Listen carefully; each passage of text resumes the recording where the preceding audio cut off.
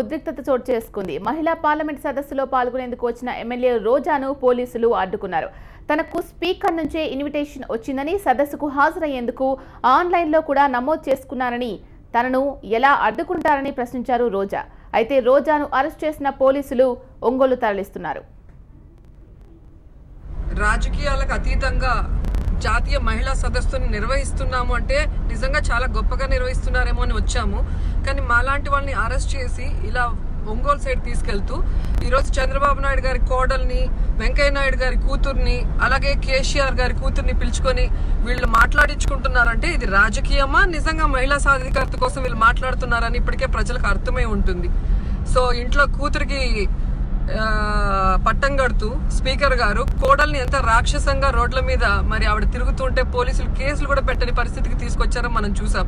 ఈ రోజు తన అసెంబ్లీలో ఉన్న మహిళా ఎమ్మెల్యేలకి కనీసం ఫోన్ కూడా చేయకుండా ఈ రోజు ఇన్విటేషన్ పంపించి రమ్మని చెప్పి, ఇన్విటేషన్ వచ్చింది కాబట్టి వచ్చిన తర్వాత రూమ్ కి తీసుకెళ్తున్నామని ఇట్లా వెనక దారి గుండా తీసుకెళ్తున్నారంటే నిజంగా వీళ్ళు మగాళ్ళ ఆడంగిలో అర్థం కావట్లేదు నాకు. దమ్మున్న మగవాళ్ళు అయితే నాలాంటి వాళ్ళని, వనజాక్షి లాంటి వాళ్ళని, రిషితేశ్వరి తల్లిదండ్రుల్ని, అలాగే బృందాకారత లాంటి వాళ్ళని పిలిపించి మహిళా సాధికారత మీద మాట్లాడిస్తే ఈ రాష్ట్రంలో ఏం జరుగుతుంది, సీఎం గారు, స్పీకర్ గారు ఎలాగా మహిళల్ని గౌరవిస్తున్నారు, వాళ్ళని ఎంత మాత్రం ఎదగనిస్తున్నారు, ఏ విధమైన రాక్షస కృత్యాలు చేస్తున్నారో ప్రజలకు కూడా తెలిసే అవకాశం ఉంటుంది.